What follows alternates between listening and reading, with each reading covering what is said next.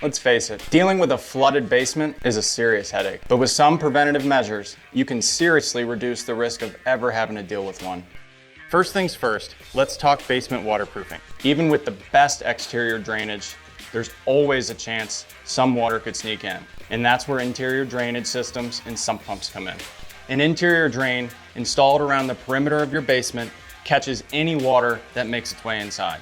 A sump pump then cycles that water out of your basement and away from your house, keeping everything inside nice and dry. And don't forget about your utilities. Flood water can wreak havoc on your electric panels, water heaters, and furnaces. Elevate them off the ground if you can. It could make all the difference. And finally, let's talk tech. Smart water sensors are great for keeping tabs on potential leaks or vulnerabilities throughout your home. They can detect even small amounts of water and send an alert straight to your phone. Pair these sensors with a dehumidifier to control moisture levels in the air, preventing mold and mildew from forming.